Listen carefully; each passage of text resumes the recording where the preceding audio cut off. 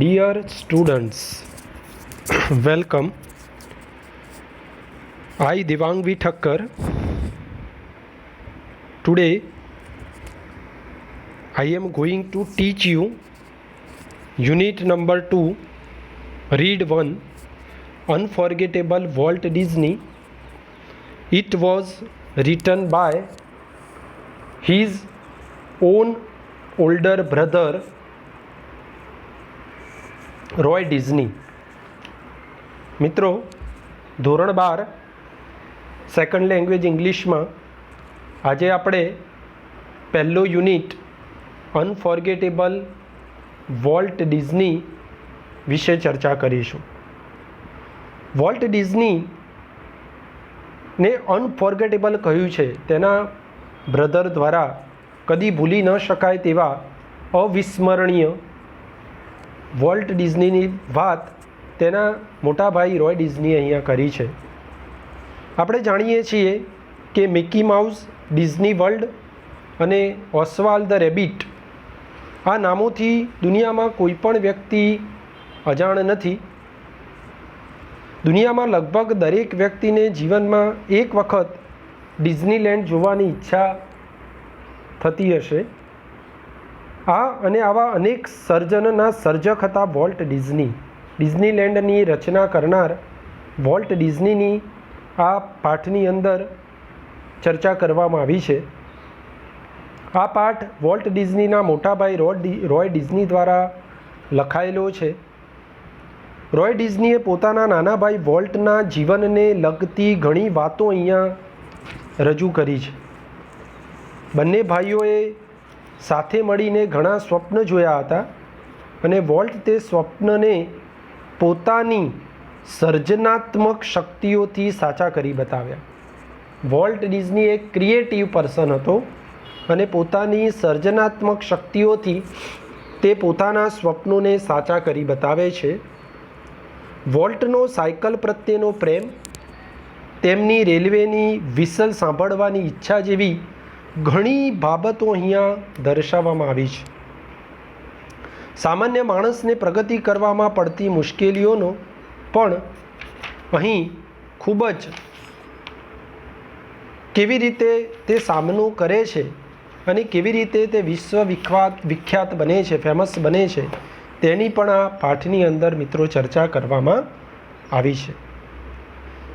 તેઓ મરણ પથારીએ પણ તેમની જે સર્જન શક્તિ છે તેને વળગી રહ્યા હતા અને તે રોય ડિઝનીને સલાહ સૂચન કરતા હતા તેની પણ અહીંયા ચર્ચા કરવામાં આવી છે.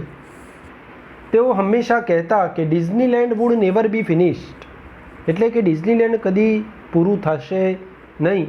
અને હકીકતમાં રોય ડિઝની કબૂલે છે કે Disneyland is not finished and it will never, મતલબ કે ડિઝનીલેન્ડ કદી પૂરું થયું નથી અને પૂરું થશે નહીં. તો ચાલો મિત્રો, આજે આપણે અનફોર્ગેટેબલ વોલ્ટ ડિઝની એટલે કદી ભૂલી ન શકાય તેવા વોલ્ટ ડિઝની વિશે તેના બ્રધર દ્વારા આલેખવાયેલા આ પાઠની આપણે ચર્ચા કરી. Let's begin the unit unforgettable Walt Disney written by Roy Disney. Here we start the unit. Paragraph વાંચું છું. ચોપડીમાં, ટેક્સ્ટબુકમાં ખાસ આપણે જોતા રહેવાનું. તેનું અનુવાદ કરું છું ગુજરાતીમાં, જે આપણે સરળ ભાષામાં સમજી શકીએ. Unforgettable Walt Disney. My brother Walt is no more. મારો ભાઈ વોલ્ટ અત્યારે હયાત નથી, જીવિત નથી. કોઈ પણ વ્યક્તિ જીવિત નથી એવું કહેવું હોય તો આપણે કહી શકીએ he is no more.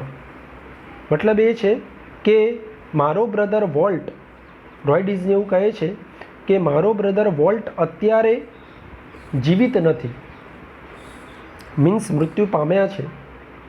Yet is influence lingers like a living presence over the studio. Yet એટલે છતાં તેનો ઇન્ફ્લુઅન્સનો મતલબ થશે અસર કે પ્રભાવ. લિંગર એટલે ટકી રહેવું અને લિવિંગ પ્રેઝન્સ એટલે જીવતા વ્યક્તિની જેમ.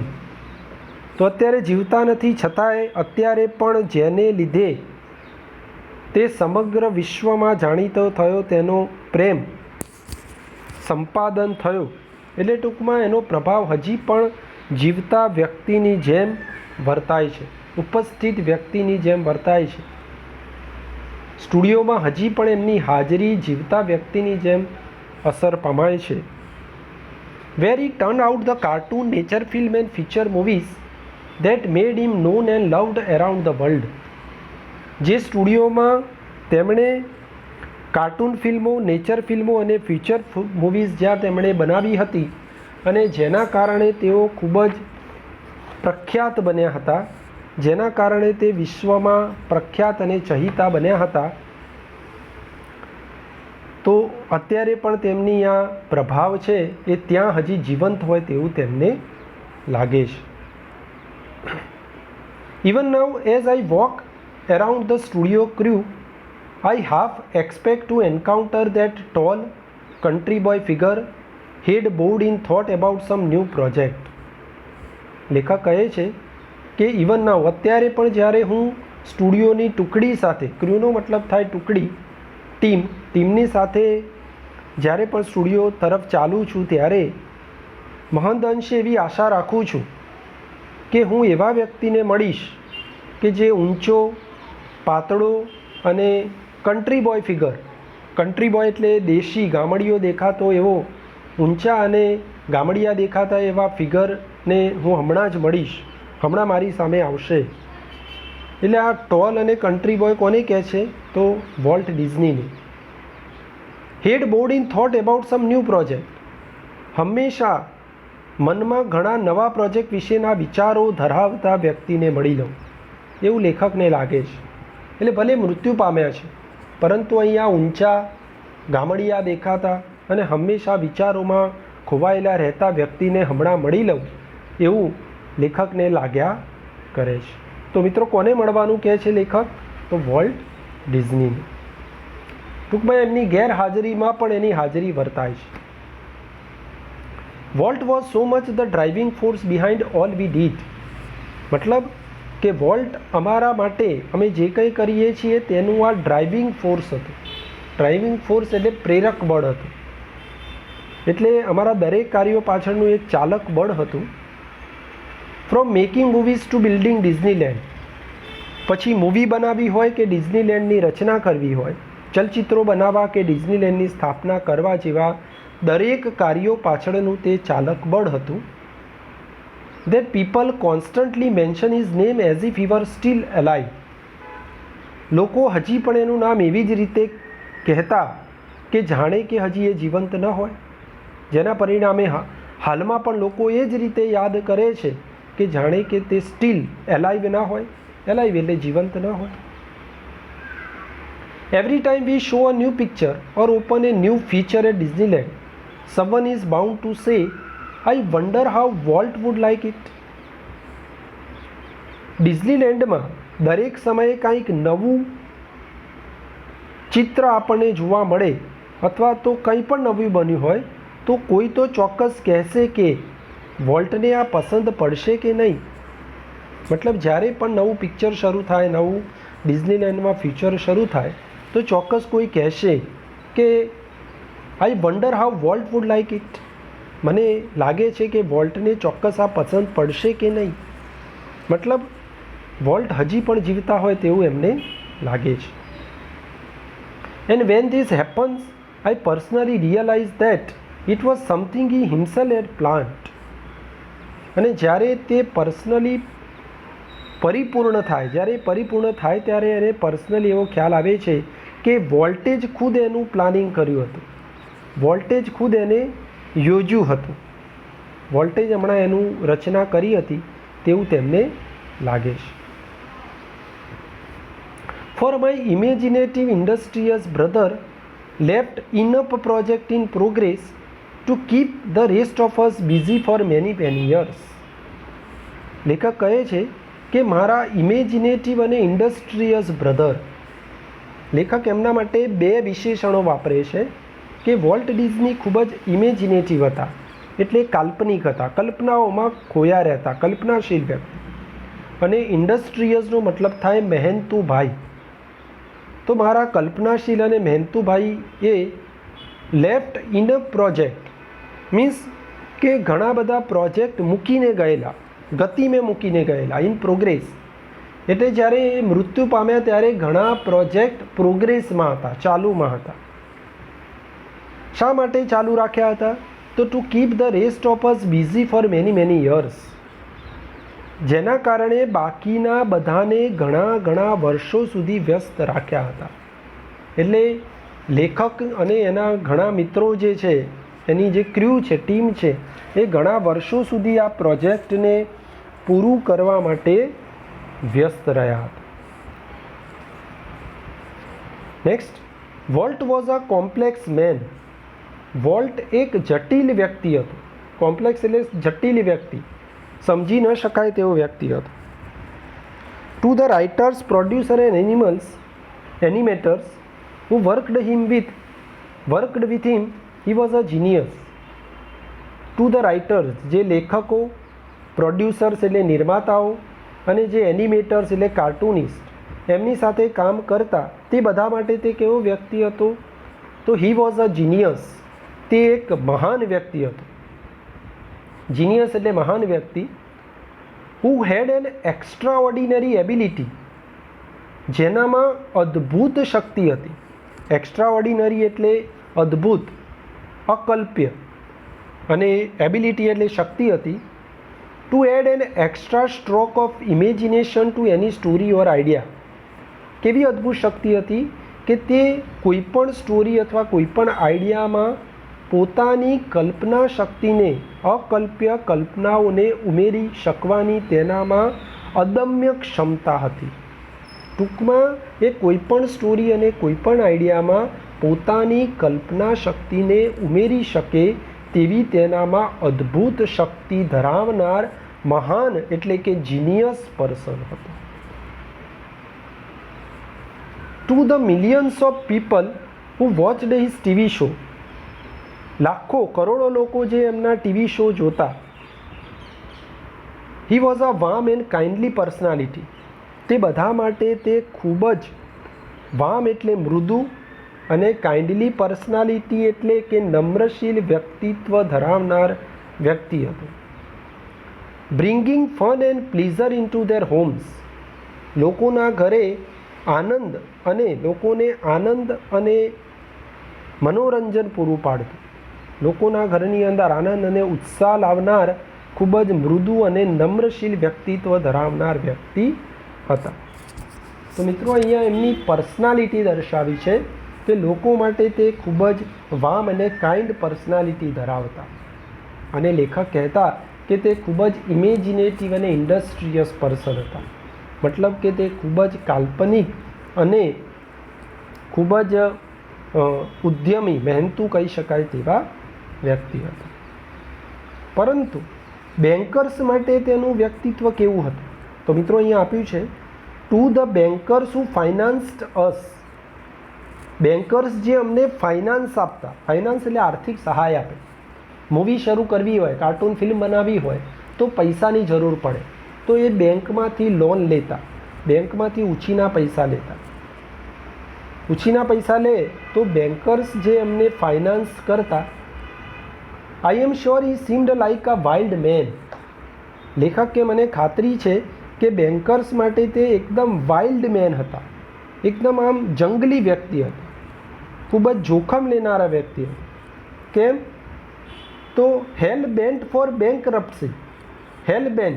હેલબેન્ટનો મતલબ થશે કે દ્રઢ નિશ્ચય, અને બેન્કરપ્સીનો મતલબ થાય દેવાળું ફૂંકે તેવા, નિષ્ફળ જાય તેવા. તો બેન્કર્સ માટે તે પોતાને ઉધારને ચૂકવવામાં નિષ્ફળ રહી નાદારી નોંધાવે તેવા વ્યક્તિ હતા. ટૂંકમાં દેવાળું ફૂંકે તેવા દ્રઢ નિશ્ચય વ્યક્તિ હતા. બેન્કર પાસેથી પૈસા લે પછી એ ચૂકવી શકે ન તેવા વ્યક્તિ હતા. એટલે બેન્કર્સ આગળ એમની ઇમ્પ્રેશન ખૂબ જ નિષ્ફળ કહી શકાય, અથવા ઉધાર ન ચૂકવી શકે તેવી એમની પર્સનાલિટી હતી.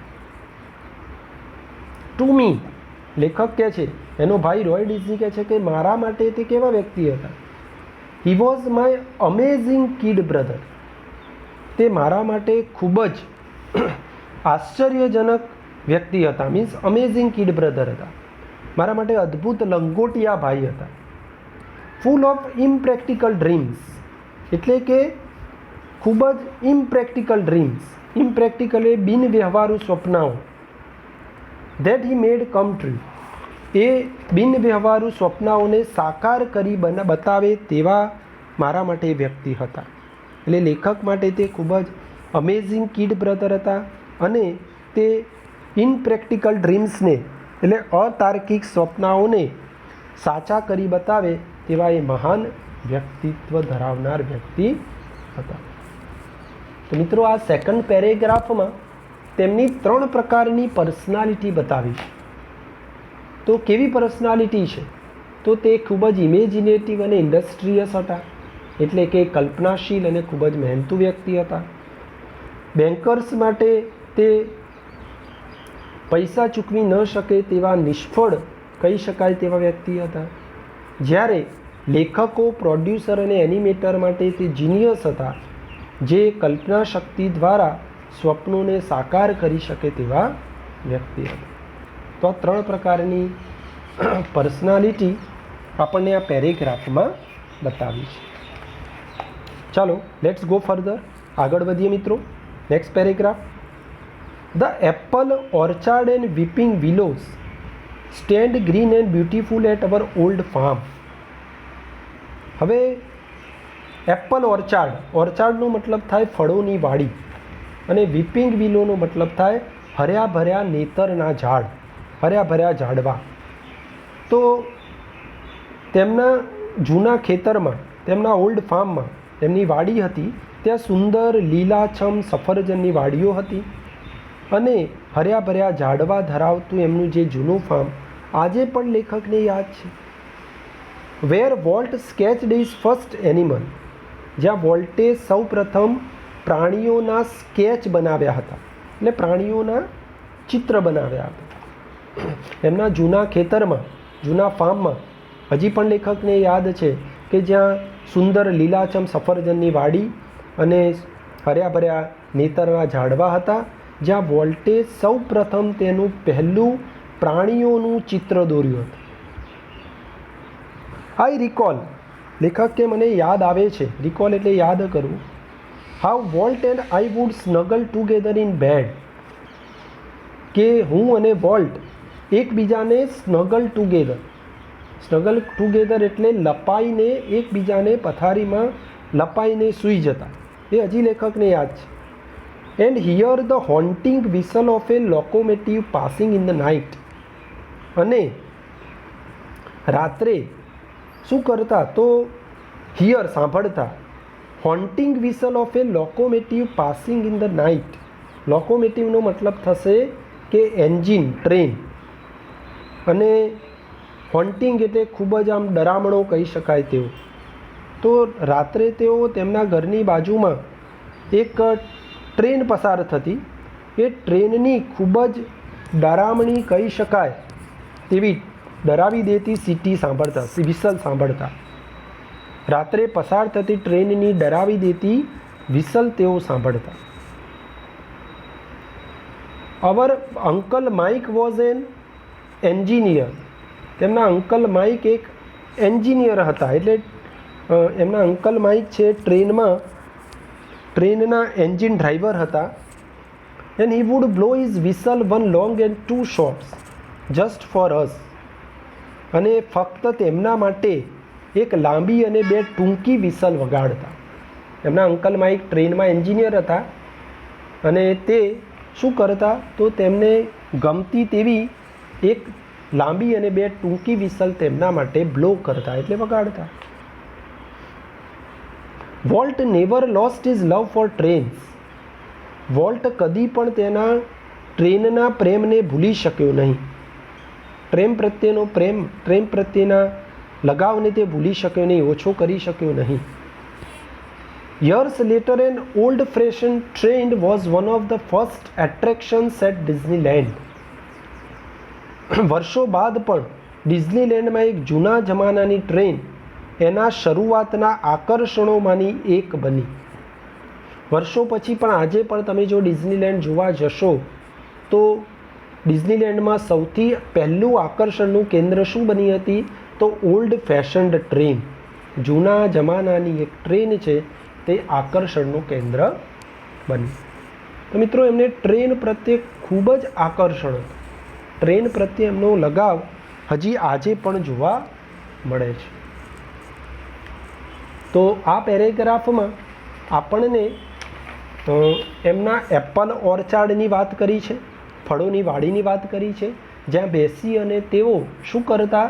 તો તેમણે પહેલું કાર્ટૂન કેરેક્ટર મીન્સ પેઇન્ટિંગ બનાવ્યું હતું. તે અને તેમનો ભાઈ બંને ડરામણી કહી શકાય, એટલે કે ખૂબ જ હોન્ટિંગ ટ્રેનની વિસલને સાંભળીને લપાઈને સૂઈ જતા અને એના અંકલ માઇક છે તે તેના માટે વિસલ વગાડતા. વોલ્ટને મિત્રો શેનો શોખ હતો? તો વોલ્ટને આપણે કહીએ તો ટ્રેન પ્રત્યે ખૂબ જ લગાવ હતો, ટ્રેન પ્રત્યે ખૂબ જ આકર્ષણ હતું. અને આજે પણ ડિઝનીલેન્ડમાં એક ઓલ્ડ ફેશન્ડ ટ્રેન તમને આકર્ષણનું કેન્દ્ર તરીકે જોવા મળશે. Okay, let's go further. ચાલો આગળ વધીએ. Next paragraph. As far back as I can remember volt was drawing. તો ભૂતકાળની વાત લેખક કે મને યાદ છે તો વોલ્ટ ચિત્રો દોરતો. Walt was drawing. વોલ્ટને ચિત્રો દોરવાનો શોખ હતો. The first money he ever made. સૌથી પહેલો એણે પૈસો જો મેળવ્યો હોય, પૈસો કમાયો હોય, તો સૌથી પહેલો પૈસો એ ક્યારે કમાયો? Was a nickel. નિકલ કમાયો. નિકલ એટલે 5 સેન્ટ કહેવાય, ત્યાંની કરન્સી છે. નિકલ એટલે 5 સેન્ટ કહેવાય. જેમ આપણે 5 રૂપિયા હોય, 500 રૂપિયા હોય, તેમ એક નિકલને 5 સેન્ટ કહેવાય. તો સૌથી પહેલાં એ 1 નિકલ પૈસા કમાયેલો. કેવી રીતે? For a sketch of a neighbour's horse. પાડોશીના ઘોડાના રેખાચિત્રમાંથી તેને 5 સેન્ટ એને મળ્યા હતા. મીન્સ એ પાડોશીના ઘોડાનું ચિત્ર એણે દોર્યું, સ્કેચ દોરી અને બજારમાં વેચ્યું હશે તો એમાંથી એને 5 સેન્ટ એટલે 1 નિકલ જેટલા નાણાં એ કમાયો હતો. એ એની પહેલી કમાણી હતી. He studied cartooning in Chicago. તેણે શિકાગોમાં કાર્ટૂનિંગનો સ્ટડી કરેલો, કાર્ટૂન બનાવતા શિકાગોમાં શીખ્યું. And then started a little animated cartoon company in Kansas City that flopped. અને પછી એને કેન્ઝસ શહેર નજીક એક નાનકડી એનિમેટેડ કાર્ટૂનની કંપની શરૂ કરી, જો કે તે નિષ્ફળ ગઈ. એણે એક નાની એનિમેટેડ કાર્ટૂન કંપની શરૂ કરી, જે કંપની જે છે તે કન્સાસ સિટીમાં શરૂ કરી હતી, પણ કમનસીબે તે જે કાર્ટૂન કંપની છે તે ફ્લોપ જાય છે, નિષ્ફળ જાય છે. I was in Los Angeles when Walt just 21 decided to try his luck in Hollywood. લેખક કહે છે રોય ડિઝની કે જ્યારે હું લોસ એન્જલસમાં હતો ત્યારે ફક્ત 21 વર્ષની ઉંમરે વોલ્ટ હોલિવૂડમાં તેનું નસીબ અજમાવવા માટે પ્રયત્ન કરવાનું નક્કી કરે છે. એ નક્કી કરે છે કે તે હોલિવૂડમાં જશે અને તેના નસીબને અજમાવવાનું એને ડિસાઈડ કરે છે.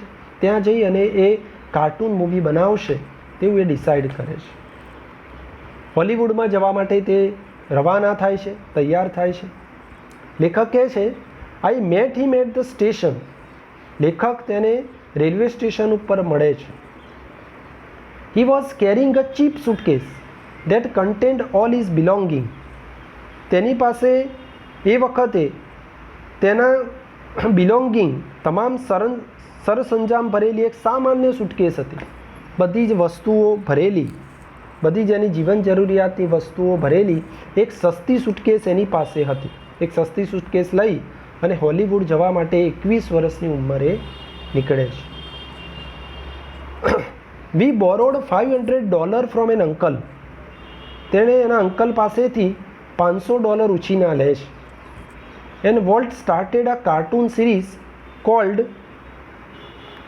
Alice in Wonderland, Alice in cartoon land. અને વોલ્ટ છે એ $500ની મદદ વડે એલિસ ઇન કાર્ટૂન લેન્ડ નામની એક કાર્ટૂન સિરીઝ શરૂ કરે છે. એલિસ ઇન કાર્ટૂન લેન્ડ નામની એક કાર્ટૂન શૃંખલા $500 ઉછીના લઈ અને શરૂ કરે છે. It was tough going.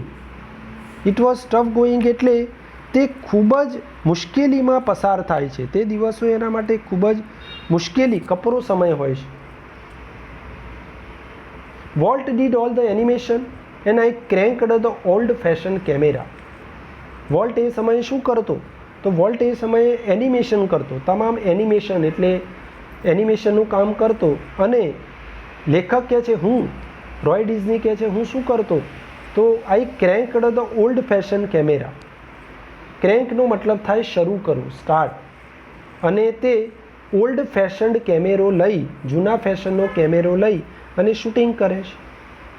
જૂની શૈલીનો કેમેરો ચલાવતો. The Alice cartoons didn't make much of a splash. મિત્રો, મેક મચ ઓફ એ સ્પ્લેશનો મતલબ થાય સફળ ન થવું, કોઈ ધાડ ન મારવી. તો એની જે પહેલી સિરીઝ છે એલિસ કાર્ટૂન, એમાં કોઈ સફળતા મળતી નથી, એનું પરિણામ સારું આવતું નથી.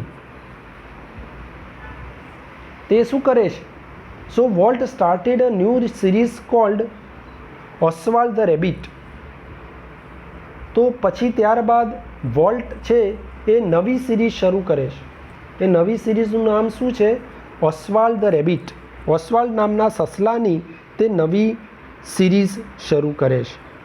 ઝાઝી સફળતા મેળવી ન શકવાથી એ નવી સિરીઝ શરૂ કરે છે, જેનું નામ હોય છે ઓસ્વાલ્ડ ધ રેબિટ. ઓસ્વાલ્ડ ડીડ બેટર, મતલબ ઓસ્વાલ્ડ છે થોડી અંશે સફળ થાય છે. ઓસ્વાલ્ડ જે છે એ સફળતાનું શિખર શરૂ કરે છે. But when Walt went to our New York distributor for more money he ran to trouble. પરંતુ વોલ્ટ વધારે પૈસા માટે એ અમારા ન્યૂયોર્કના ડિસ્ટ્રીબ્યુટર પાસે જાય છે, એટલે વેચાણકારો પાસે વધારે પૈસા લેવા માટે જાય છે. ત્યારે તે વધારે મુશ્કેલીમાં મુકાય છે. એ મુશ્કેલીમાં મુકાઈ જાય છે. કેમ મુશ્કેલીમાં મૂકે છે? પૈસાની જરૂર પડે છે એટલે તે વેચાણકારો પાસે વધારે પૈસા લેવા માટે જાય છે.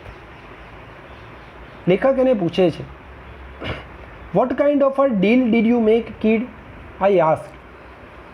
લેખકે પૂછ્યું કે ભાઈ તે આ કેવા પ્રકારનો સોદો કર્યો? ડીલ એટલે સોદો કર્યો. તો વોલ્ટ જવાબ આપે છે, વોલ્ટ સ્વીકારે છે, we haven't got a deal. Walt admitted. વોલ્ટે સ્વીકાર્યું કે આપણે હિસ્સો કે ભાગ મળ્યો નહીં, આપણે કોઈ સોદો કર્યો નહીં, આપણે કોઈ ડીલ કરી જ નથી. The distributor કોપીરાઇટેડ ઓસ્વાલ્ડ. ઓસ્વાલ્ડના માલિકીના હક, કોપીરાઇટેડ એટલે માલિકીના હક છે તે ડિસ્ટ્રીબ્યુટરે છીનવી લીધા. એટલે માલિકે જ એના હક છે છીનવી લે છે. And he is taking over the series himself. અને તે નક્કી કરે છે કે સિરીઝને, શૃંખલાને પોતે જ ચલાવશે. મતલબ આખી ઓસ્વાલ્ડ ધ રેબિટ સિરીઝ છે તે ડિસ્ટ્રીબ્યુટર પૈસા ન આપવાને કારણે પડાવી લે છે અને જાતે જ તે પબ્લિશ કરશે તેવું નક્કી કરે છે. Strangely Walt did not seem down hearted. સ્ટ્રેન્જલીનો મતલબ થાય આશ્ચર્યજનક રીતે. વોલ્ટ સહેજ પણ ડાઉન હાર્ટેડ દેખાતો નથી. ડાઉન હાર્ટેડનો મતલબ થશે નિરાશ થવું, હતાશ થવું. તે સહેજ પણ ના હિંમત દેખાતા નથી, સહેજ પણ હિંમત હારતા નથી. આપણને તો એકાદ બે વાર નિષ્ફળતા મળે તો કદાચ હિંમત હારી જઈએ, પણ વોલ્ટ બિલકુલ હિંમત હારતા નથી. તે એના મોટા ભાઈને પ્રોત્સાહન આપે છે. શું કહે છે? We are going to start a new series. He enthused. Enthused એટલે ઉત્સાહી બનવું, પ્રોત્સાહન આપવું. તે ઉત્સાહભેર કહે છે કે ચિંતા ન કર, આપણે નવી સિરીઝ બનાવીશું. It is about a mouse. શેના ઉપર સિરીઝ બનાવશું? એક ઉંદર ઉપર સિરીઝ બનાવીશું. આપણે એક નવી સિરીઝ ચાલુ કરવાના છીએ અને એ પણ ઉંદર વિશે. And this time we will on the mouse. અને આ વખતે આપણે ઉંદરને પોતાનો કરી દઈશું, આપણો કરી દઈશું. મતલબ કે ઉંદર છે ઇતિહાસ બનાવી દેશે, એક યાદગાર ઇતિહાસ બનાવશે. The rest is a history. પછી તો બાકીનો પછી જે કંઈ બને છે ઇતિહાસ બની જાય છે. તે પછી જે બન્યું તે એક ઇતિહાસ છે. Walt's mouse Mickey celebrated his 14th birthday in 1968.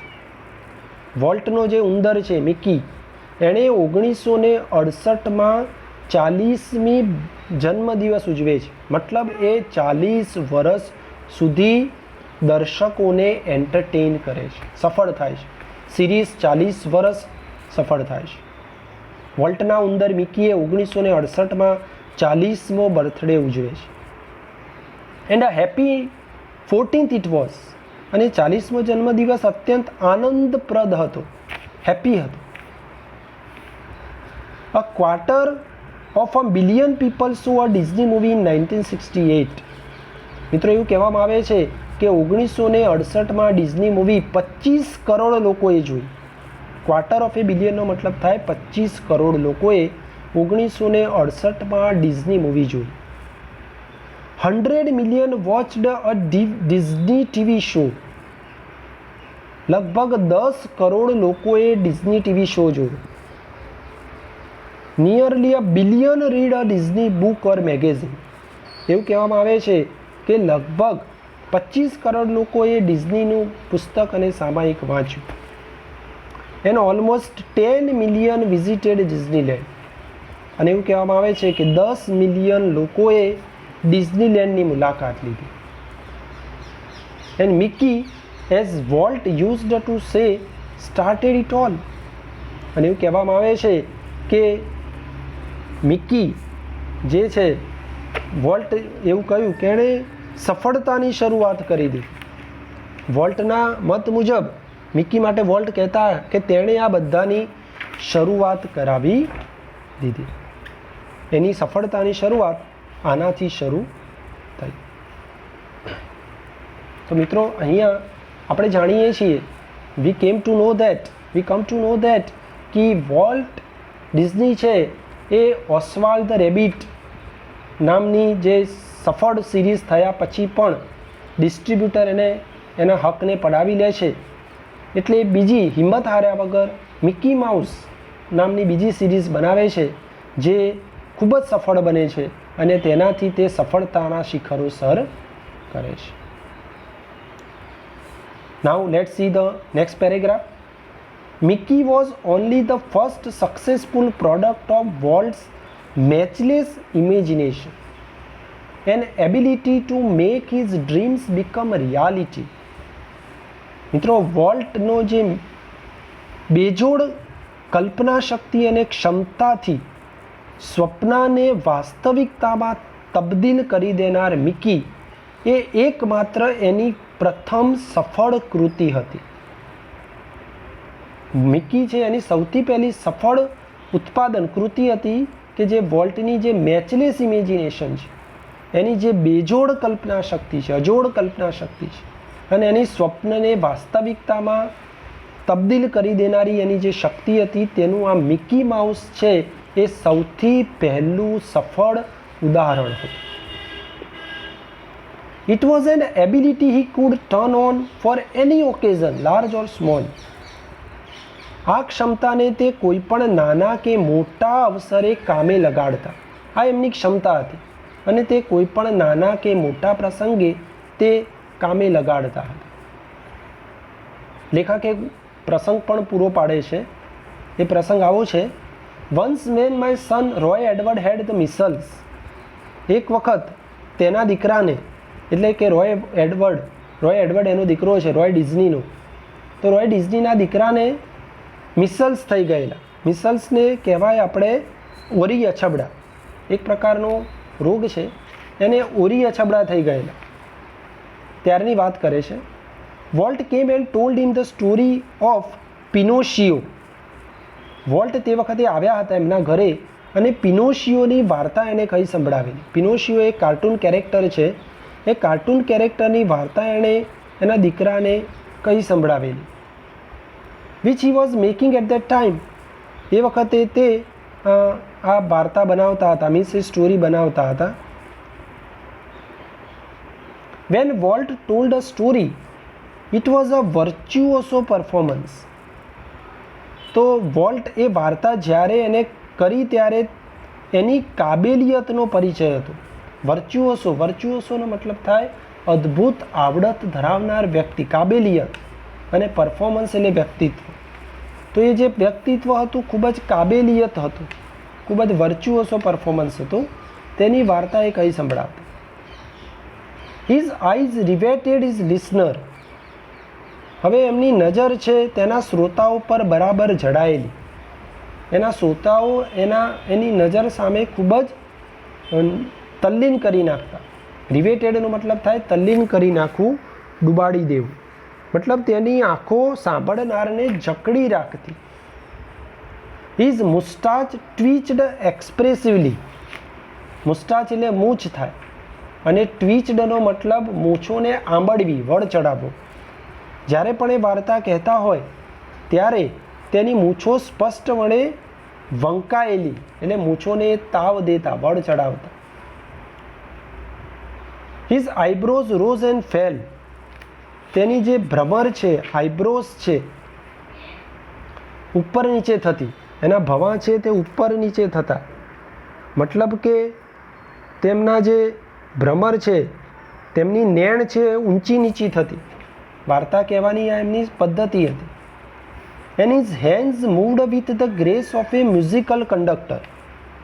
અને તેમના જે હાથ છે એ કોઈ વાદક વૃંદના સંચાલકની મોહક અદાની જેમ આમ તેમ હલનચલન કરી રહ્યા હતા. જાણે કોઈ મ્યુઝિકલ કંડક્ટર હાથને આમ ઉપર નીચે કરતો હોય તેમ ખૂબ જ મોહક અદાથી આમ તેમ હલનચલન કરી રહ્યા હતા. Young Roy was so wide-eyed at Walt's graphic telling of the fairy tale that he forgot all about his missiles. મતલબ નાનકડો રોય વોલ્ટની એ પરિકથા નિરૂપવાની શૈલીથી એટલો બધો પ્રભાવિત થતો, એમની જે પરિકથા કહેવાની જે શૈલી છે, નિરૂપવાની જે શૈલીથી એટલો બધો ઇમ્પ્રેસ થઈ ગયેલો, પ્રભાવિત થઈ ગયેલો, વાઇડ આઈડ થઈ ગયેલો. વાઇડ આઈડ એટલે દિગ્મૂઢ, ચકિત થઈ ગયેલો કે તે તેના મિસલ્સને ભૂલી ગયેલો. ઓરીનું દર્દ સંપૂર્ણપણે વિસરી ગયેલો, એના દર્દને તે ભૂલી ગયેલો. Letter when he so the finished picture. પાછળથી જ્યારે તે પૂર્ણ ચિત્ર થયેલું એણે જોયું, જ્યારે એણે પૂર્ણ થયેલ ચિત્ર જોયું, મીન્સ રિયલ મૂવી જોઈ, આ પિનોશિયોની કાર્ટૂન મૂવી જોઈ, હી વોઝ સ્ટ્રેન્જલી ડિસઅપોઇન્ટેડ.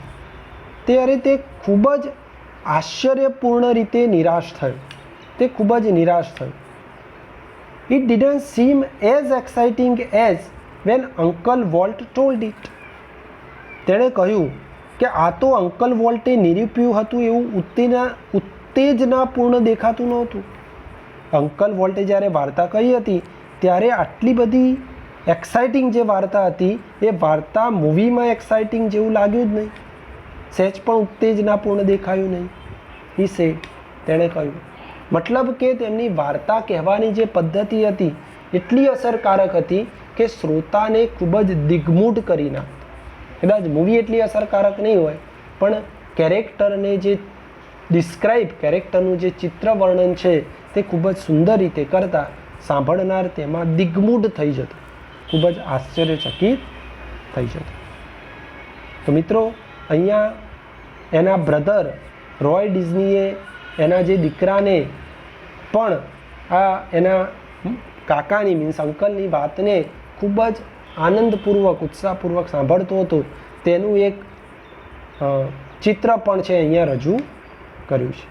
તો આપણે આટલે સુધી જોયું કે મિકી માઉસ વોલ્ટ ડિઝનીનું સૌથી સફળ કહી શકાય તેવું પ્રોડક્શન હતું, જેના કારણે તેણે સમગ્ર વિશ્વમાં એક એનિમેટર્સ તરીકે, કાર્ટૂનિસ્ટ તરીકે, કાર્ટૂન ફિલ્મના સર્જક તરીકે ખૂબ જ નામના મેળવી હતી. તો મિત્રો, અહીંયા આપણો આ વોલ્ટ ડિઝની, અનફોર્ગેટેબલ વોલ્ટ ડિઝનીનો પાર્ટ 1 છે. પાર્ટ 1માં આપણે અહીંયા સુધી મિકી માઉસની અને વોલ્ટ ડિઝનીની કેવી સફળતા મળી હતી તેની ચર્ચા કરી હતી. હવે પાર્ટ 2માં આપણે આગળ પણ કેવી રીતે તે સફળ વ્યક્તિ બને છે તેની ચર્ચા કરીશું. Okay, we will see in the next part. Okay, by.